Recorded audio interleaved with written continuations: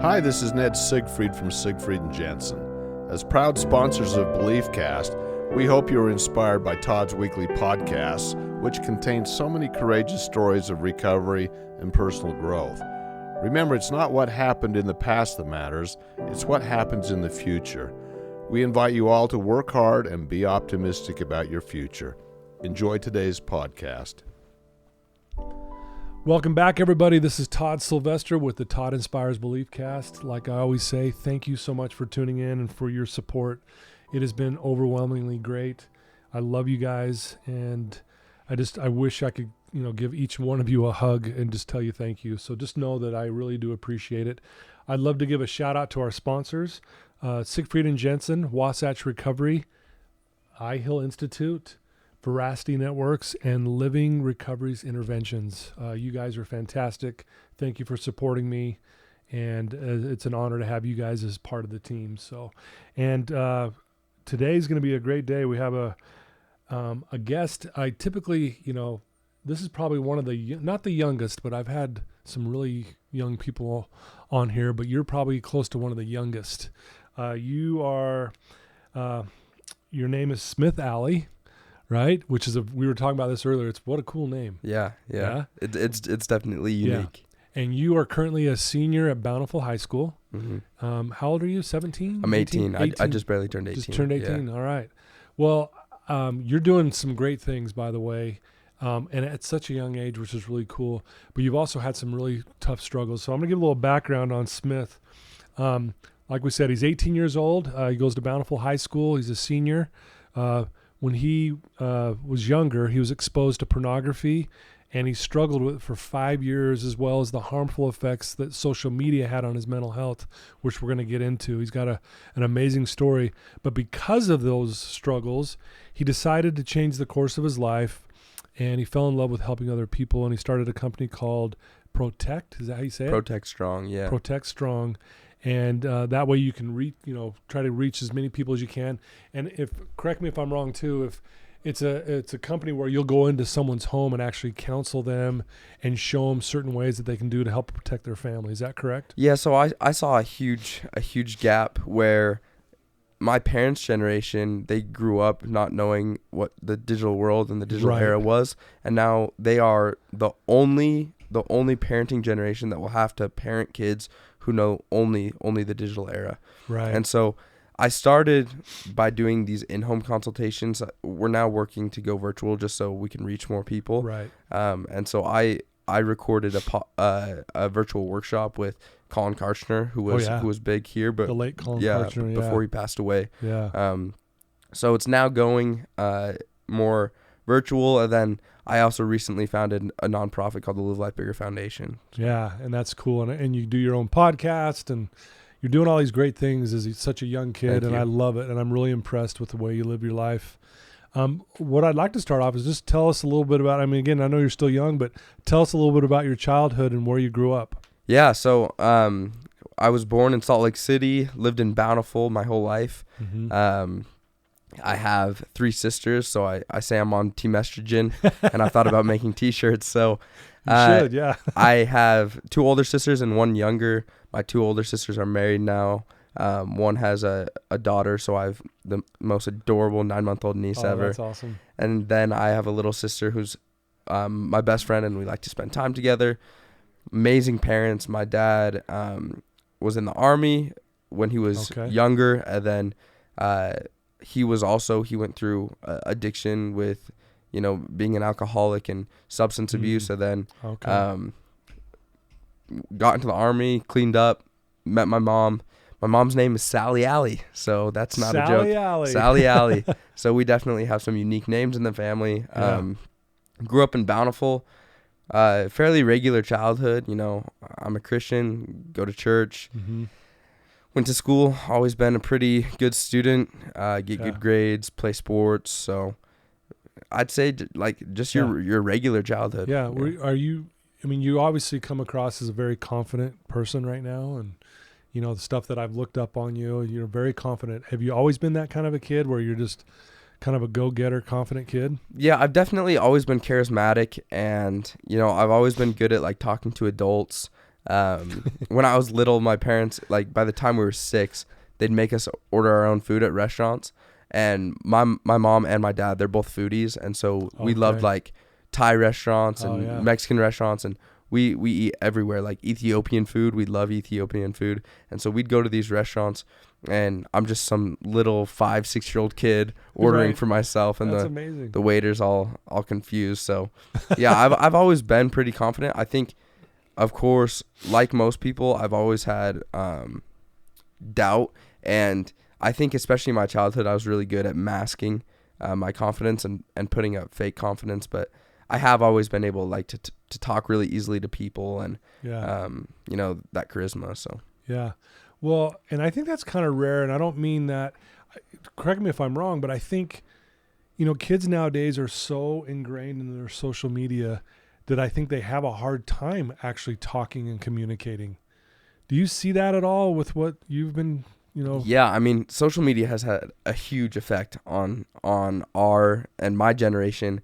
And especially with the combination of the COVID lockdown and social media, it's having a huge effect. In fact, I was just in Cedar City yesterday. I presented 6 times in 24 hours to over 3,500 people. And I love it. I was talking to the middle school. And so I usually do this thing because there was a study by Dr. Christy Kane that says that humans need 8 hugs that last 8 seconds a day for Colin kind of. Yeah, it was kind of Colin's thing. And so you need that for mental and emotional survival. And I was at this middle school, and usually during my presentation, I have everybody stand up and give their friend an 8-second hug. But the principal was like, we're going to ask you to cut that out, because with the COVID lockdown, these 4th graders that, you know, they're in 4th grade and they get shut down. So they're doing 4th grade from home, 5th grade completely in masks, and then they go to a new school in 6th grade. And, you know, they're on that whole time. They're just consumed in social media because they're at home. They don't have anything else to do. Well, so much downtime. That sexualized content, like their 6th graders, they're having a huge problem with like inappropriate touching and stuff like that. So I think it's had a huge effect on that. I think it has a huge effect on like kids get so used to hiding behind a screen that when they're face to face with someone, they don't know what to do. And so there's definitely been some big effects like that. Well, you're obviously very well versed on this, and I can't wait to get more into that. But you also, I mean, I think the reason why you are so passionate about helping others, which we mentioned, is you've had your own struggles. Mm-hmm. You know, you struggled with pornography for 5 years. Obviously, social media had a very strong, maybe negative impact on your own mental health. Yeah. So let's talk about it. Share your story with us. Tell us kind of what happened and maybe what you went through and how you got past it and why you're doing what you're doing now. Yeah, for sure. So like I said, grew up fairly normal family. I've always been a good student. So me and my siblings, we went to a charter school called Wasatch Peak Academy in North Salt Lake. And so grew up going to that charter school, and I like to talk about it and relate it to paper cuts. So not all of us have had a broken bone, not all of us have had stitches, but we all get paper cuts, right? Yeah. And so my very first paper cut happened in 1st grade. The first day of 1st grade, I walk in and I'm feeling confident, and as far as I can remember, like kindergarten was good. Yeah, right. And like in kindergarten, there was this girl that I liked, and she liked me, and so like we went to the zoo one time in kindergarten. So like as far as I can remember, I love school. Yeah, right. And so I go into the first day of 1st grade, and my teacher's name is Miss Rooney, and I walk in and I'm at the yellow table with my friend Jackson, who I grew up with. So already like good seating chart, and this other girl named Ellie. And class starts, and Miss Rooney says that we're going to introduce ourselves one by one. And so people start standing up and just saying their name. Yeah. And it comes to be my turn, and I get a little nervous and my legs start to shake a little bit. And I had a stutter when I was little. Okay. And so I go, hi, my name's Smith. Oh. And I'm like super angry, and I'm like, dang it, that was the one chance that I had to impress all of these people. And so I sit down, and a girl from the red table turns around and says, why can't you talk right? And that was the very first day that I got my very first paper cut. Yeah. And so these are like paper cuts that we get on our hearts, not on our fingers. And I vividly remember, like, over the years, I received a lot of those paper cuts. And when you don't heal from those, and when you don't deal with those, when you don't put a Band-Aid on, then you have a wound that just keeps on bleeding. And so that happened, and that day I kind of bought into the core belief that I wasn't enough, and I was never going to be enough to make my parents proud, and I was never going to be enough to have good friends that cared about me, and that I wasn't worthy of love, and that I was just kind of subpar to everybody else. Right. And so life went on. I put on this, like I said, I was a great actor, and I put up this facade that I was okay when inside I felt like a fraud in my own skin. And so then when I was 9 years old, I got exposed to pornography because my parents had gotten me this Android tablet for Christmas. And by the way, like a little backstory, my parents were kind of the know-all in the neighborhood for these kind of things. And like other moms would come to my mom to talk about what they should do with their technology. And my mom thought she had all of her bases covered, which again was my inspiration for starting this company, because as a kid who spent 5 years getting around all of those things, I call myself a little tech ninja. I've now reversed that to help other parents keep their kids safe. But love that. I get exposed to pornography, and we had my parents were like fairly proactive with all of this. We had all the conversations. And so I'm thinking back to these conversations and remembering what they had told me. And they're like, okay, when you get exposed to pornography, turn it off and tell an adult. Turn it off and tell an adult. So I'm thinking about that, and I turn it off, and immediately I think back to that day in first grade when I felt like I wasn't enough, and I didn't want to disappoint my parents. And even though it wasn't my fault, I was just on the internet, clicked on something, I didn't know what it was, and I was exposed to pornography. Even though it wasn't my fault, I still felt like they'd look at me differently. I still felt like I'd disappoint them. And so, I was going to say, I think that's pretty common where kids come across it on accident, like just very innocently, but there's this feeling of shame around it all of a sudden. Like, I didn't mean to, and then you do. I think I've heard this a lot from kids that I've worked with, and they'll say exactly what you just said. They started feeling like that shame again, or in other words, I'm not good enough. Yeah. And that's one of my big motivations for doing this is if you can prevent innocent exposures, you can prevent a majority of cases and of kids that go down that path. Right. And so anyway, life goes on, and about 6 months to a year later, it creeps back into my life as a fix to everything that I was feeling and dealing with, and it just became my drug. And then I got social media when I was 10 and a half, and I get on there and I'm comparing my life, which felt very boring, to everybody else's highlights of them on vacation and hanging out with friends. Yeah. And wow. So then there's that. And then there's the fact that, I get on and I see these guys with washboard abs, and that wasn't me. I was a little chubby kid. And so I just started to hate the situation I was in. I started to hate my body. And you're 10. Yeah. I want my listeners to hear, he's 10 years old. He's looking at social media, and you're having these thoughts of you didn't like who you were. And this is very common nowadays. And that's what, what parents don't realize, no parent wraps up a new iPhone under the tree for Christmas and says, I really hope that my daughter develops an eating disorder because of this. Or I really hope that my son becomes depressed because of this. Like, no parent thinks that, but that's what you're doing. And in fact, just recently, there was a 10-year-old girl in my community who took her life. She was 10 years old. Wow. And I was talking to my mom about this, and my mom was like, I didn't even know what suicide was when I was 10. And that's what my mom was saying, like, this older generation, you weren't thinking about those things because you didn't have access to the whole world in your pocket. You didn't know that. Yeah, that's a good point. I mean, when I was 10, I'm out throwing a tennis ball against the garage door. Yeah. That's all I knew. You know what I mean? Yeah. Wow. So that happens. I began to have kind of that spiral of those thoughts, just hating myself, continuing to numb out, not only with pornography, but with social media and with video games, and just everything I do, everything I did day to day was to not feel. And I spent about 4 to 5 years feeling like that. Real quick, how much time do you think you were spending on social media on a daily basis back then? I was probably spending 2.5 hours on social media, and then another 3.5 to 4 on video games. Wow. And so, and again, like, my parents were proactive, so they tried to limit that stuff.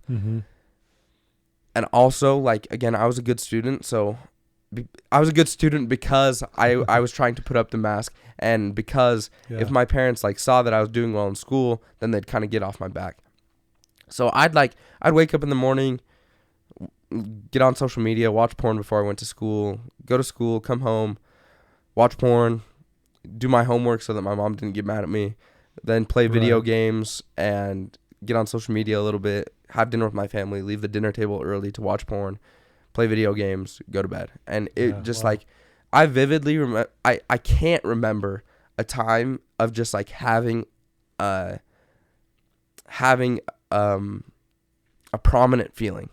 You know, when you think back on your life and you can pick a time where like, oh, I felt happy in that time, or I felt sad in that time. I didn't have either. It was just kind of all numb.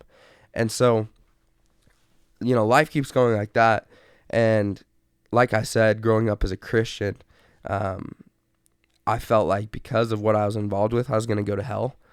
And in 8th grade, I decided if I'm going to go to hell, I might as well make it quick.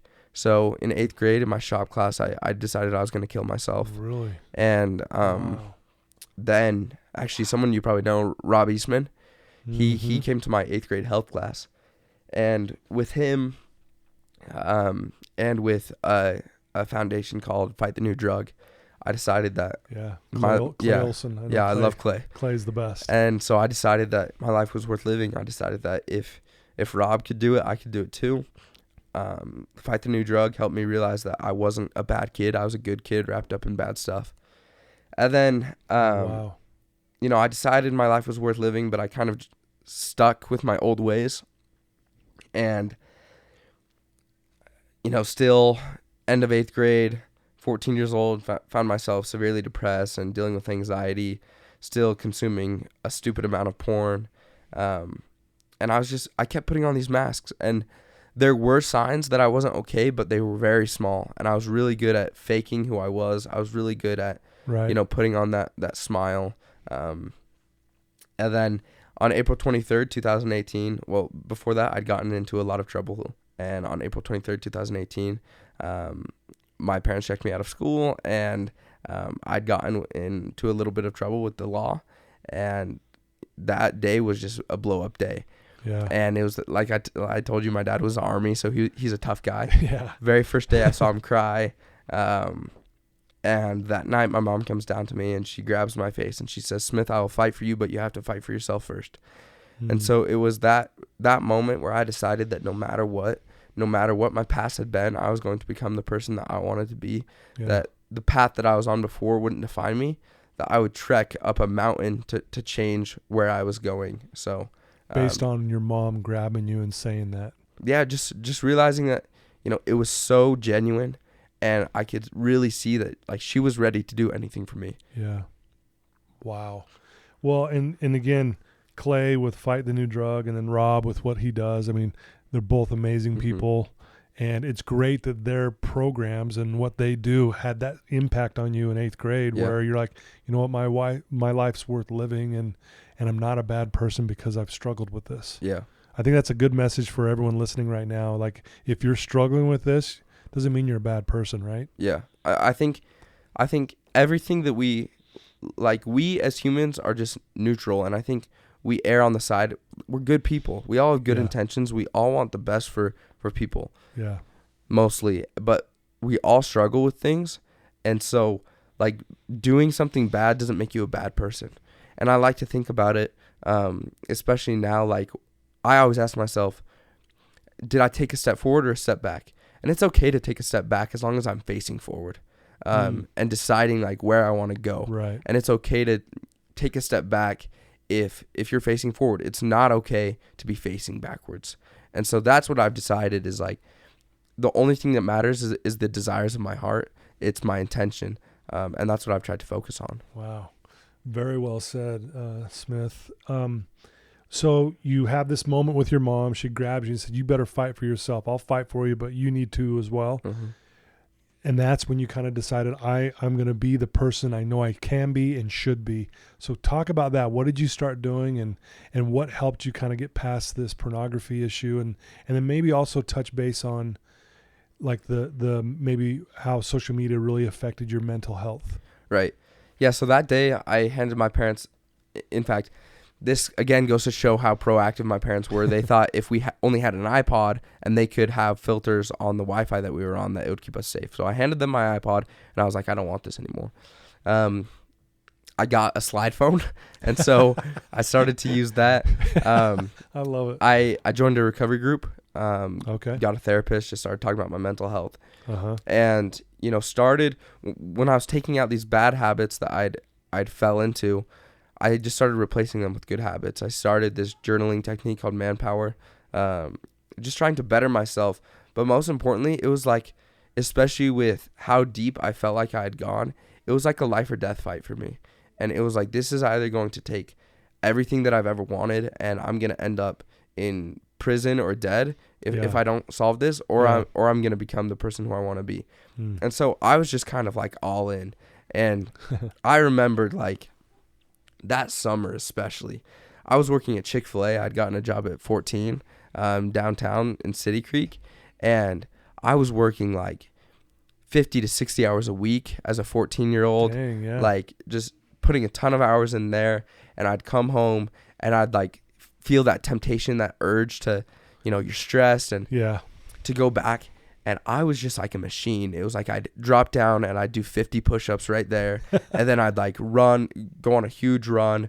And then even some nights I'd get that same temptation, that same urge. And I'd go and into my parents' room, and it's like 12:30 at night. And I'd be like, I just need to sit here. Like, go ahead and go to sleep. I just need to sit here in a room with someone else. And I'd sit up awake for 2 to 3 hours until 3 or 4 in the morning, just so that I could fight those things. And so it became just like this huge battle for me. And then it was all worth it, and it all paid off when I started helping people. And it was just small at first. I went to a summer camp the summer before my 10th grade. And I decided before I left, I was like, I'm going to share my story. I'm going to share my story this week, because people need it, and kids my age, they're going through the same thing, and I know that, and so I'm going to share my story. And so I get to the summer camp, and I'd gone with my friend Jackson, who I told you about. He was the same guy in first grade. Yeah. So I've grown up with him, and we go to this summer camp, and that night with the other four boys that we were dorming with, I just talked about my story. And this kid named Landon, he comes up and he just starts crying because he had tried to take his life 2 weeks before. He'd been struggling with pornography. And so I spent about 2 hours helping him lock down his phone. And we started hanging out every week after summer camp. I'd drive an hour, or he'd drive an hour to get to me. Wow. And like as I had done, where I had kind of rebuilt my life and it had become a full-on battle for me, he did the same thing. And as I watched him do that, like, it filled my heart, and I loved it, and I loved that feeling. And so I kept doing it, like with my lacrosse team. As a freshman, I played for Woods Cross High School. Okay.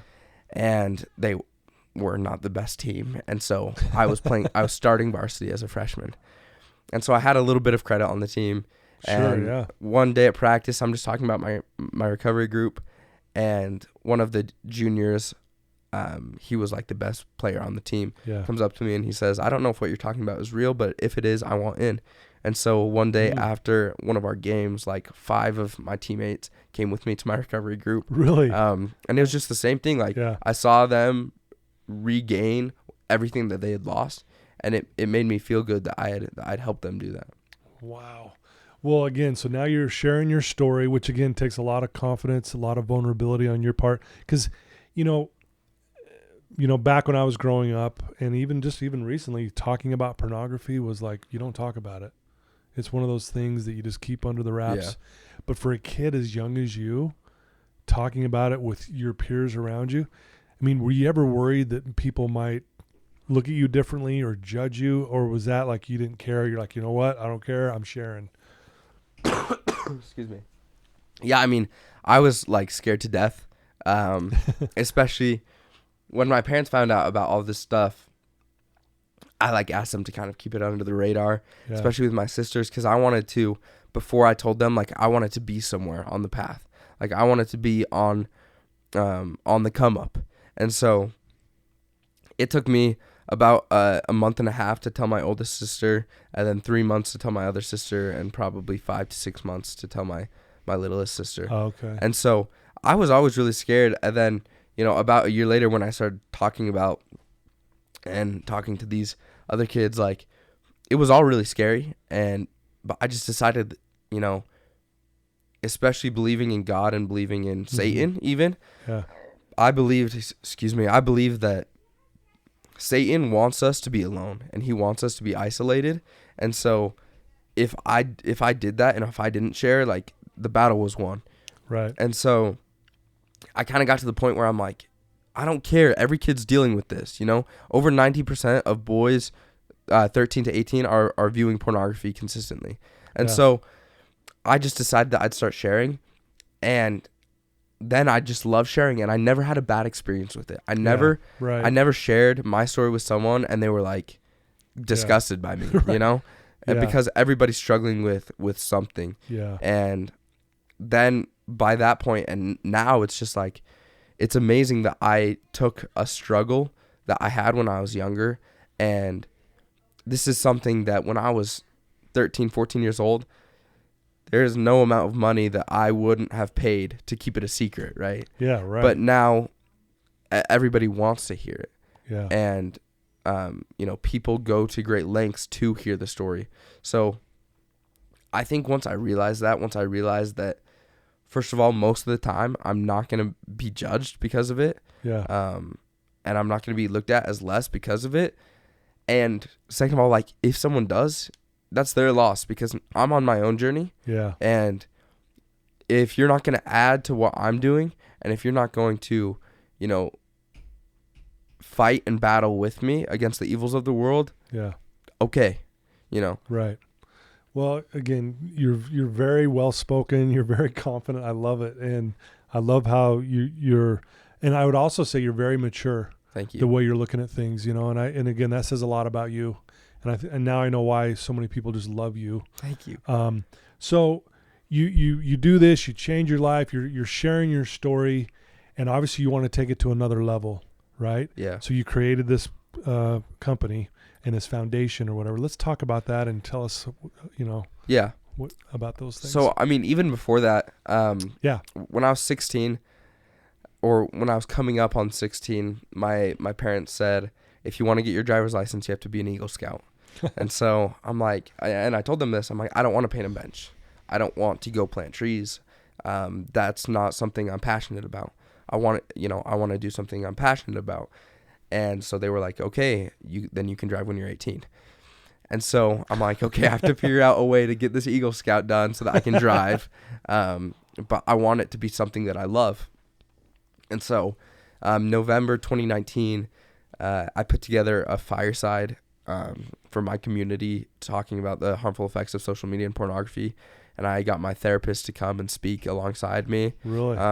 And a funny story, like my dad beforehand, he didn't want me to be disappointed, of course, with how many people came. So he's like, hey, buddy, like, let's just set our expectations.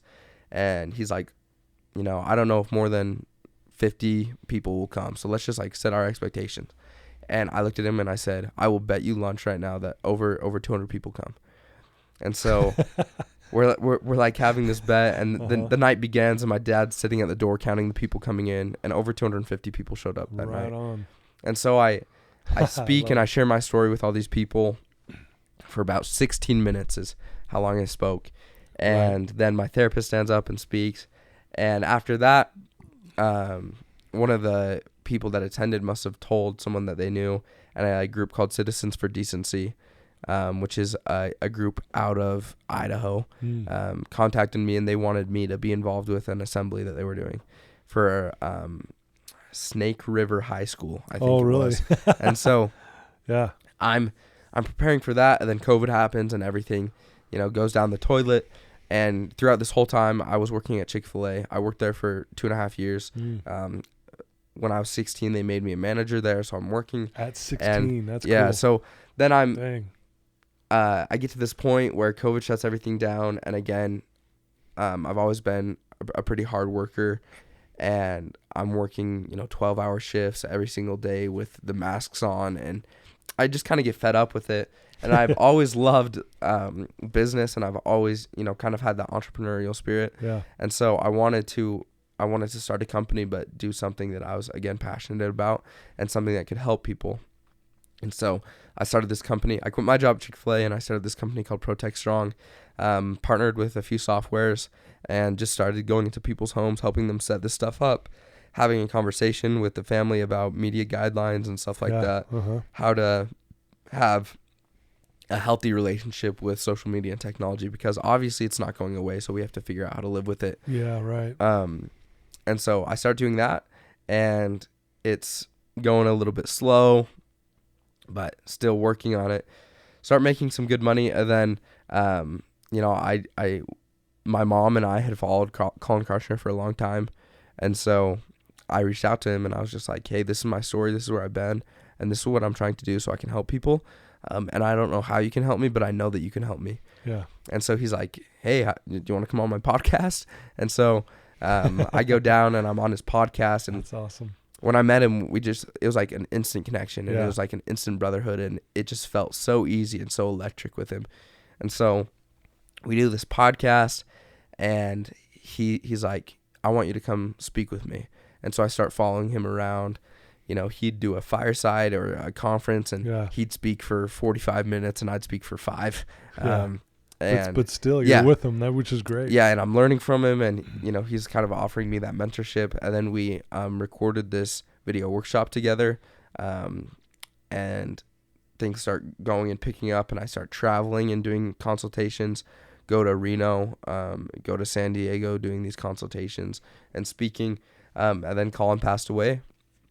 And it really hit me hard. And for a long time, I didn't deal with it emotionally. And I felt like, I just had to keep pushing for him. And so then I'm still doing these consultations. I decided that I wanted to start a foundation and start speaking more. And so in January of 2021, I start the Live Life Bigger Foundation. And things are just picking up. Obviously, his family was grieving, and I get to this point in the summer where his wife was ready for me to come and get the footage for the workshop. And so I come and get the footage, and I thought I'd lost it. And so for so long I was working so hard, and I was just pushing. So, cause I was like, if I can get this workshop out, and if I can keep doing what I'm doing, I'll make Colin proud. And like, it'll all have been okay because I can help carry the torch. And so all of that, those emotions. And then I thought I had lost the footage, and I just have like a complete burnout. Sure. And that was really hard. That was really hard because I hadn't given myself time to grieve his death and to mourn. And so I think that after that point, I kind of hit a bump in the road, and got my neighbor involved who does IT work, and we were able to recover the footage and stuff like that. Thank goodness, right? Yeah. But now I travel across the country and speak to schools and youth groups and talk about the harmful effects of social media and pornography, and talk about mental health and depression, anxiety, suicide. Sorry. Oh, you're good. And so it's been amazing. It's been so cool. I've worked with on legislature in Salt Lake at the Capitol, House Bill 72. I worked on that with Representative Pulsifer and some other amazing people there. And I've been able to travel a lot. I'm speaking 35 times in the next 60 days while doing high school. So it's a crazy schedule. That's awesome. But yeah, being able to kind of turn everything around and help inspire people and just save the one. And that's what I always think about. In fact, I told you yesterday I was in Cedar City, so I went down Tuesday night, did a presentation Tuesday night, and then 2 presentations at the high school, 2 at the middle school, and a community night. Dang. And after... That'll wear you out. Yeah. Definitely. I had 2 energy drinks that day. And so after one of the high school presentations, the girl the other cool thing is that a lot of my presentations are student driven. You know, most people who go out and speak, it's like parent driven a lot, especially at schools. But a lot of these kids like are involved and they're interested and they want to bring change to their community. And so I have like students like 16, 17, 18-year-old kids reaching out, and they're organizing these massive assemblies and these community nights. And this girl that had organized it, she comes and talks to me after the first assembly, and she was like, I just talked to a girl who I've known since the beginning of the year, and she's tried to attempt suicide previously, and she had a plan for this upcoming Saturday, but today she decided that her life was worth living. And it was just that moment, and it's moments like those that everything's worth it, you know. Yeah. All the money, all the resources, all the hard work, all the like, you know, going to bed at 1 a.m. every single morning because I have to do homework and I have to do all of this stuff, and continue to grow this thing. Like all of it just instantaneously becomes worth it. Like, and there's no value that you can put on that. And it doesn't matter the amount of like disruptive kids in the assembly, like nothing else matters at that point because one person decided that they're going to live. It's amazing. Yeah.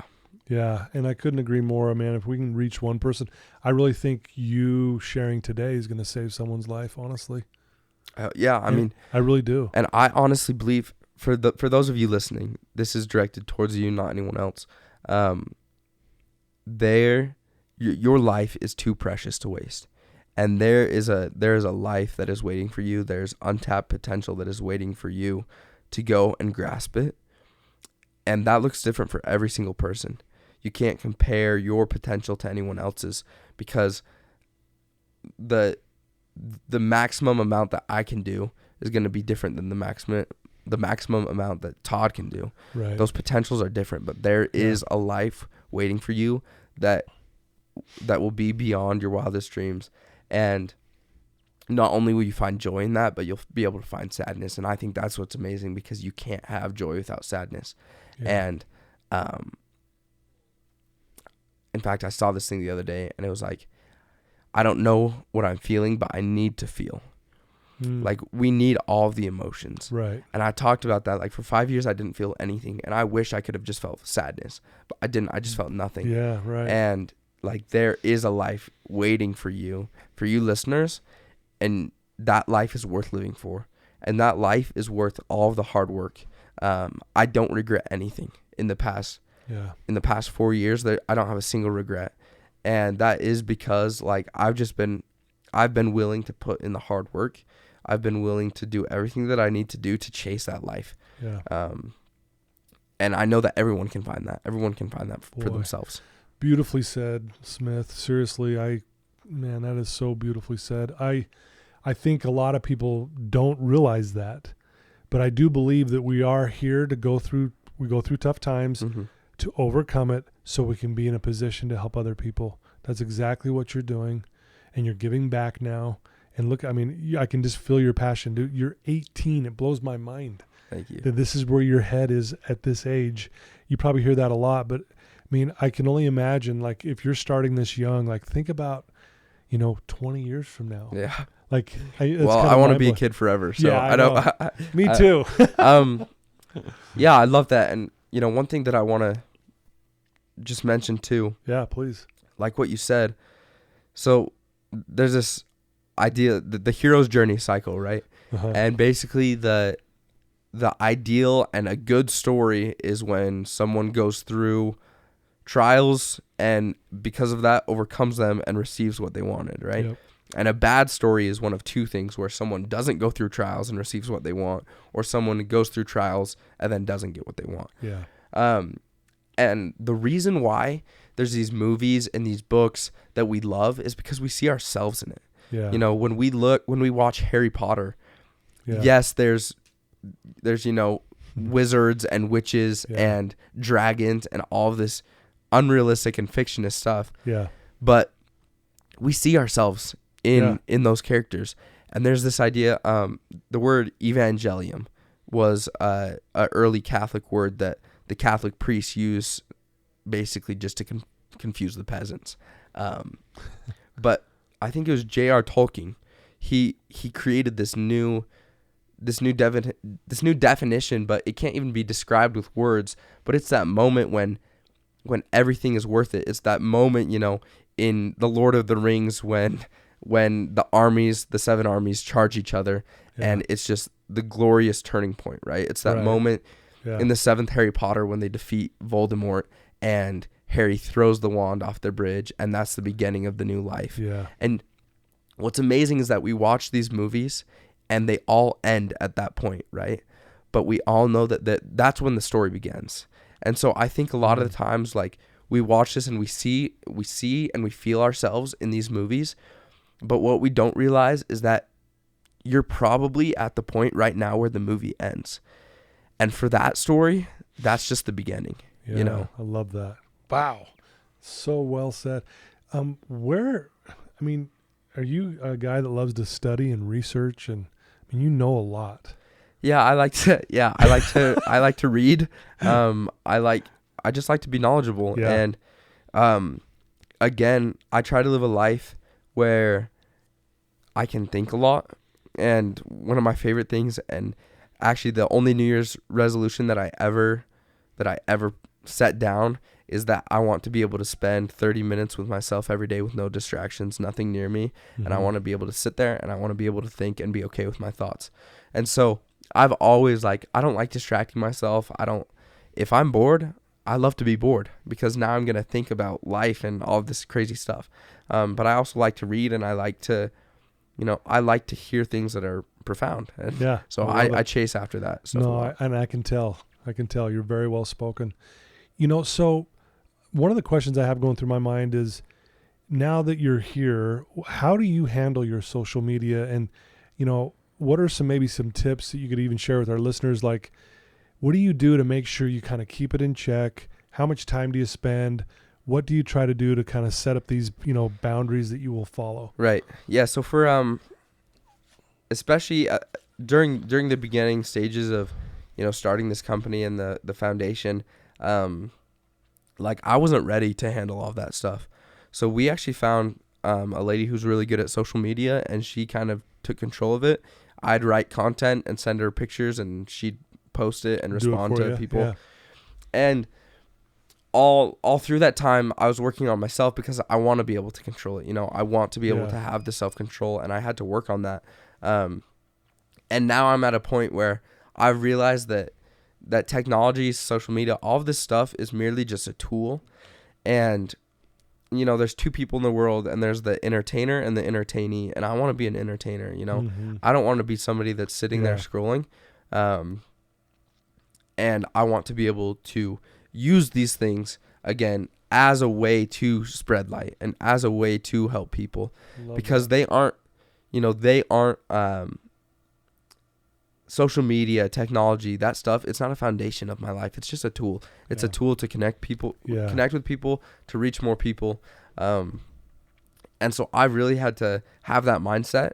And now that that's kind of just ingrained in me, it's like, I don't even want to sit on Instagram and scroll.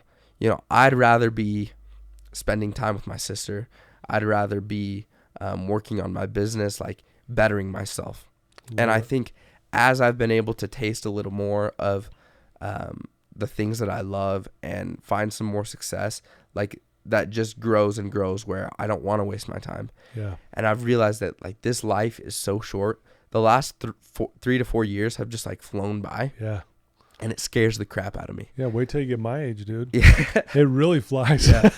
And I don't want to waste a single second. Yeah, I love it. So, I think and to have that perspective at 18 is rare.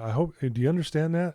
Yeah, it is so rare. Yeah, and that's why that's why I try to share this stuff, because I know that my generation, if we all thought like this, if we all thought as of technology and all of these things as a tool, if we all understood our potential, we already are going to be the ones that change the world, but it's either for good or for bad. Mm-hmm. And right now it's looking towards the bad.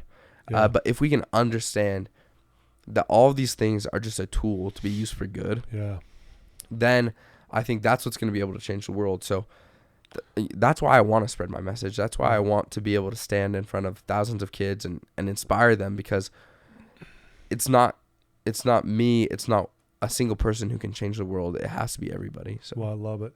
So I want to ask you this. If there's someone listening to you right now, in particular a younger kid who is spending, I mean, the clients I deal with who are struggling in high school and junior high, I have them always look up, what's your screen time? Mm-hmm. And it's mind-blowing. Yeah. 7 hours, 8 hours, 6.5 hours. What would you say to that kid who is feeling depressed, is down and low? They're spending hours and hours locked into this social media addiction. I mean, it really is an addiction. What would you tell them, and what would they do to start breaking out of that? What's some advice that you could give them? Yeah, so the average kid from 12 to 17 spends 9 hours a day on technology, on screens, and that's without schoolwork.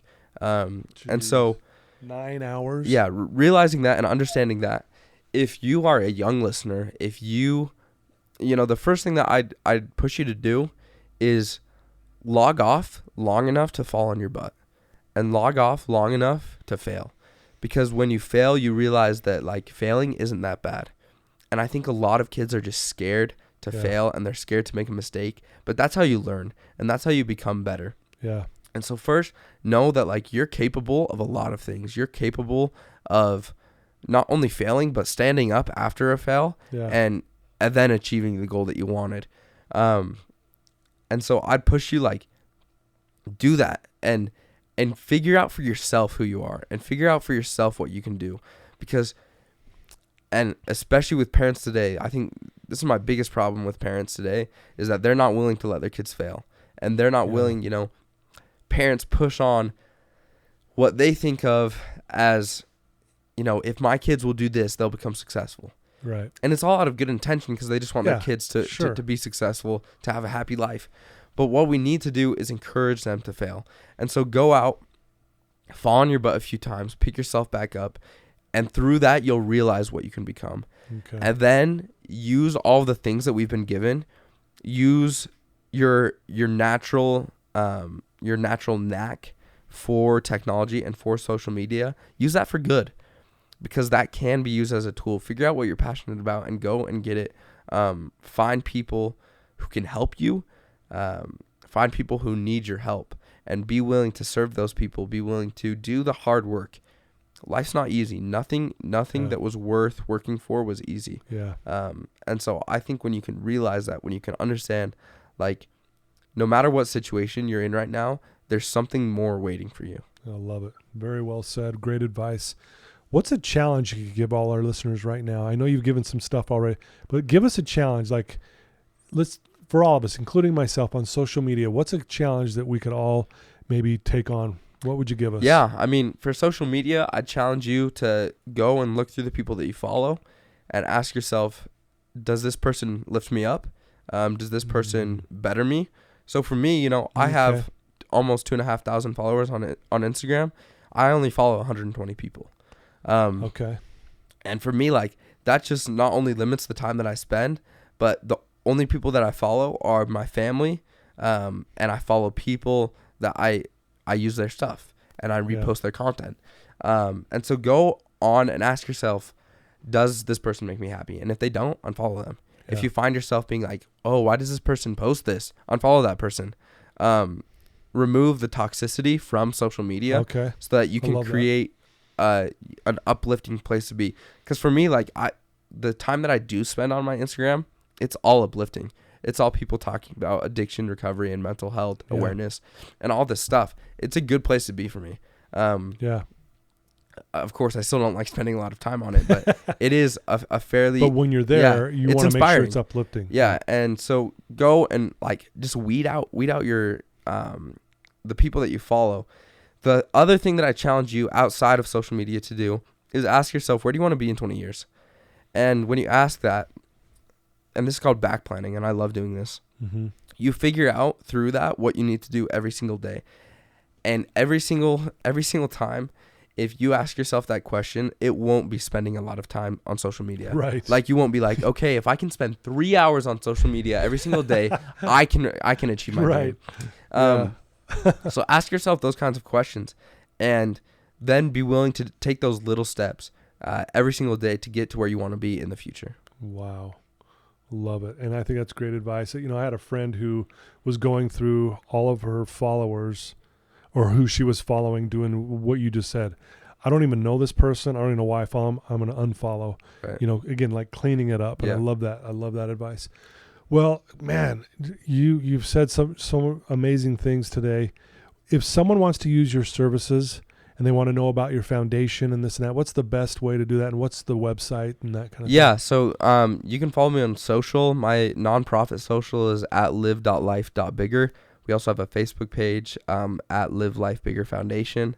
And then our website is www.livelifebigger.org. As far as my company goes, our company tag on Instagram is at Protect Strong, and it's PROTECHT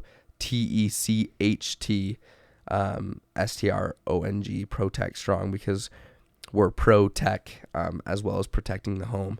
So there's that, and then you can find us at www.protectstrong.com, spelled the same way. I love it. It's amazing. Dude, folks, he's 18. You hearing this? I mean, the guy's so well-spoken. I mean, I'm sitting here going, who am I? I'm impressed, dude. I really am. You. And again, I'm so grateful that people have reached out to me saying, dude, you got to have Smith on your Belief Cast. And I'm so grateful that I listened to him. I am too. You know, I really am. And I just love what you're doing. I love the way you carry yourself. I think what you're doing is probably the single most needed thing right now, especially for our young people. Thank you. I really do. And I think that's why you're blowing up. And I do believe Colin is very proud of you right now, Thank dude. you. That means a lot. You know, and rest in peace, Colin. Mm-hmm. Props to him. I really admired him too with what he was doing, and to see you kind of again picking up the torch, so to speak. Thank you. And doing what you're doing. I just think it's so needed, and no wonder you're so busy, and everyone wants to have a piece of Smith Alley, right? Thank you. I appreciate that. Well, I can't thank you enough for taking some time today and share your story with us. I hope people will reach out to you. I think they will. This is going to hit a lot of people. And there's a lot of moms that are listening to this right now. Moms, listen to this. Go follow Smith Alley. Sit down with your family. Start coming up with some guidelines around social media. If you need help, reach out to Smith and use his services. Yeah. Have him come into your home. Yeah. You know, whether it's virtually or if he actually does it in person. Mm-hmm. But use his services and get some guidelines and some help. Well, yeah, and right? Well, yeah, one thing that I just want to touch on that. Please. We talk a lot about proactive parenting, and a lot of parents are like, "Oh, we don't need this. That's not for us. Like, we love what you're doing, but we don't need that." Yeah, it's great, right now. but yeah, what I want to tell you is that this is not an if, this is a when problem. yeah. And most likely it is a now problem. Most likely, if you have kids, the average exposure for pornography nowadays can be seen as young as 7 years old. That's the lowest study that I've read. That's So mind-blowing. if you have a kid who's 7 years or older, it's probably a now problem. Be proactive about it. Be willing to say, okay, this is probably my kid that's struggling with this. And when you can put in those safety precautions and those things before, you can save a lot of heartbreak. You can save a lot of resources and all these things. So, be proactive. Be willing to reach out. If you want to reach out and just ask what you need to do to have a safer home and a more digitally healthy home, I love to help anybody that I can. And then lastly, I again, like towards the young listeners, because I think the power's in your hands. Like, I just want to let everybody know that you are enough. And if you can't find something beautiful about yourself, get a better mirror and look a little closer and like stare a little longer. Yeah. Wow. So well said, my friend. And you really do inspire me. And I know I can be better in those areas too. I'll be honest with you. And so I thank you for inspiring me. I'm over here taking mental notes. I've even written down notes like, okay, I'm going to do this. I'm going to do that. And so I'm so grateful we have you. And that you're so passionate about helping other people. And I think that's the other message too, is it doesn't matter how old you are. I mean, dude, you started really kind of doing this at 16, 17, and here you are 18 doing all this amazing stuff. I can't wait to see where you're going with this. Thank you. Thank you. Thank you for your time today. Of course. Yeah. Well, there you go, folks, man. Smith Alley. What a cool name, but what a cool person, and what a great person. Please reach out to him. Check out his stuff. Go to his website. I'll have all that in the show notes, so you'll be able to link to it. But please reach out to him. And again, if, like he said, it's a now problem. No one. And what stood out to me, one of the things he said is, you don't give your kid an iPad going, well, I hope they get an eating disorder. I hope they get a pornography addiction. They don't think of it that way, but man, it is an issue and it needs to be addressed. So Smith, keep inspiring everybody. Keep doing what you're doing. Anything I can do to help you further this cause. Obviously I have you on today, but if I can do anything in the future for you, thank you. I'd be honored to do it. Thank you. Okay. All right, guys. I love you guys. And please share this with anyone that you can. Subscribe, do a review. That would be really helpful. Love you guys. Till next time.